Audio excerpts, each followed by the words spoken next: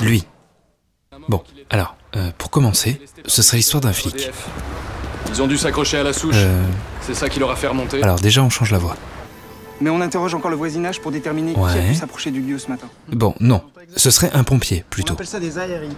C'est Ouais. pour respirer quand il y a beaucoup de fumée. Non, ce serait un gardien de prison, mais en aussi sympa que le pompier. Je le surveille comme mon propre frère. Non, non, non, non, non. Ce serait un militaire. Il se ferait gentiment agresser par un supérieur. Toi, petit merde, te bouge pas. Non, plutôt par sa femme, en fait, à la maison.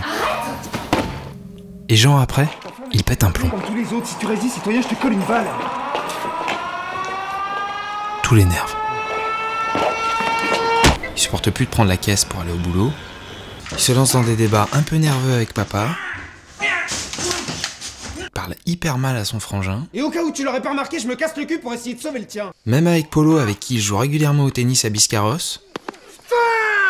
Tu lui donnes là. Il est nul. Rien ne va plus. Il se sentirait agressé dans la rue, même quand on lui demande rien. Et il poserait des questions à la con du genre...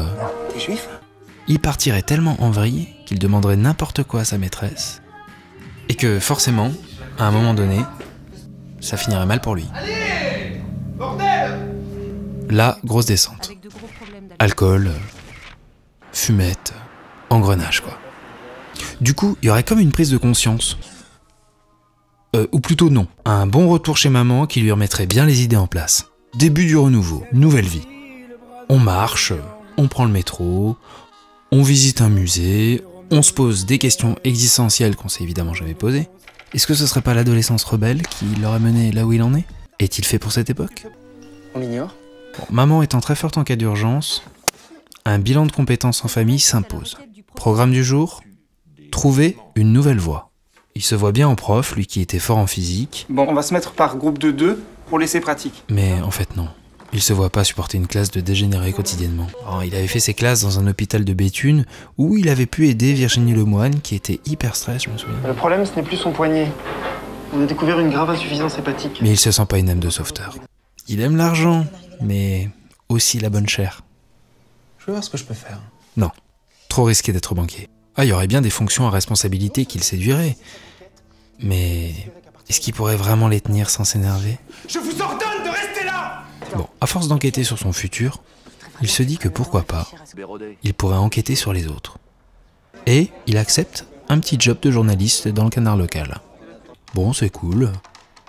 Il peut prendre l'air, faire des rencontres improbables, retrouver des collègues au café. Ne t'inquiète pas pour s'affrécher, je suis un type modéré. Tout ça parce que, comme il dirait à sa chef, J'ai une boussole naturelle, madame.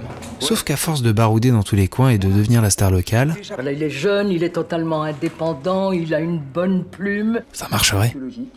Avant le débat... Il organiserait même des débats hyper tendus auxquels il arriverait à ne pas prendre parti. Dire ce que tu as dit à la télévision. Oui, Et il déciderait d'engager une carrière dans des films français, qui sortiraient genre en 2012. Il prendra un nom commun pour pas être reconnu sur Facebook, ça, un peu tranquille. Il n'oublierait jamais sa mère pour ses discussions très intenses, mais il en trouverait une autre pour le représenter dans le métier. Ouais, voilà. Voilà, en gros, ça serait ça l'histoire.